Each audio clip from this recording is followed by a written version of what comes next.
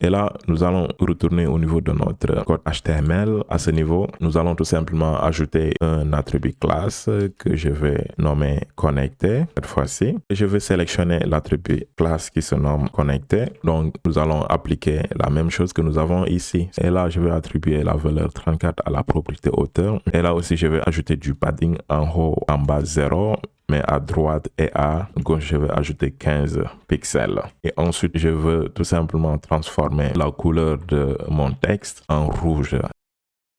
La couleur de mon arrière-plan en couleur blanche.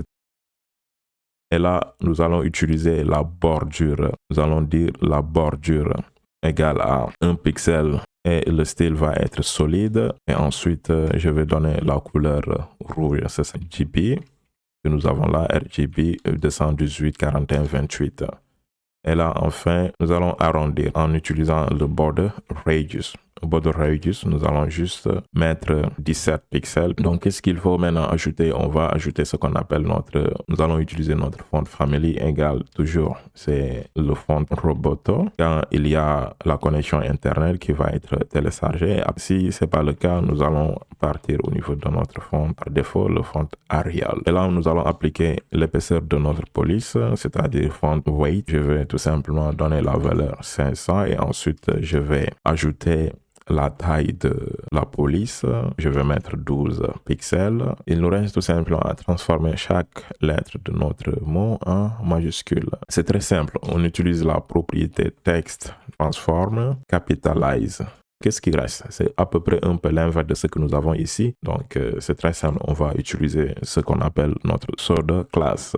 Donc, je vais juste sélectionner d'abord notre classe connectée. Ensuite, je vais appliquer notre pseudo class over. Quelle est la propriété que je vais utiliser? Ce sera la propriété couleur. Je vais transformer la couleur en couleur blanche. Et ensuite, je vais tout simplement transformer la couleur de mon background en couleur rouge. Et là, ce qui reste à ajouter, c'est-à-dire quand vous faites plotter votre curseur, que le curseur se transforme en pointer. Donc, nous allons ajouter cette propriété ici. La propriété curseur, ce sera pointer. Donc, vous voyez, nous avons la même chose. Donc, nous avons terminé avec notre deuxième bouton. Donc, ce qui reste, ce sera la troisième partie qui va nous permettre de parler d'une nouvelle propriété. Et là, nous allons opérer un petit changement. Au lieu de travailler sur notre dernier bouton, c'est-à-dire le bouton en direct, nous allons tout simplement nettoyer un tout petit peu notre code CSS. C'est-à-dire, quand vous regardez dans la classe connecter et dans la classe inscrire, nous avons des choses qui se répètent. Par exemple, quand vous prenez ces 5 éléments, nous avons à peu près la même chose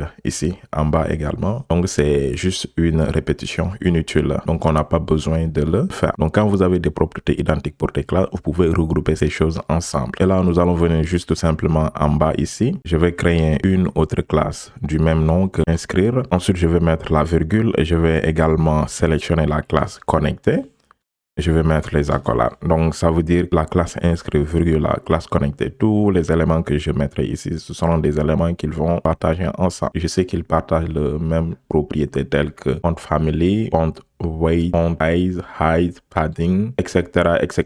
Donc, qu'est-ce que je fais? Je vais tout simplement faire un CTRL X. Je vais juste le couper là et je vais descendre, je vais le coller ici, CTRL V. Et je regarde ici également, c'est la même chose pour le border radius et le cursor pointer. CTRL X, je descends, je le mettrai ici, CTRL V. Et là, je regarde, est-ce qu'il y a quelque chose qu'ils partagent en commun encore une fois? Je pense que c'est terminé. Donc, en bas, je vais revenir ici. Je vais tout simplement supprimer ceci. Et quoi d'autre? Je vais venir là. Je vais supprimer le border radius qu'ils partagent en commun. Cursor pointer qu'ils partagent en commun. Donc, les éléments qu'ils ne partagent pas en commun, je les laisse dans leur classe respective. Donc, je regarde, donc vous voyez, nous avons à peu près nettoyé notre code. Donc, qu'est-ce que j'ai besoin maintenant de faire? Je vais tout simplement enregistrer. Donc, qu'est-ce que vous remarquez après avoir enregistré? Vous voyez, il n'y a pas eu de modification. Tout est resté intact. Et je pense que c'est bon. Nous avons maintenant nettoyé un tout petit peu notre code CSS. Et maintenant, nous allons tout simplement attaquer la dernière partie de cette section.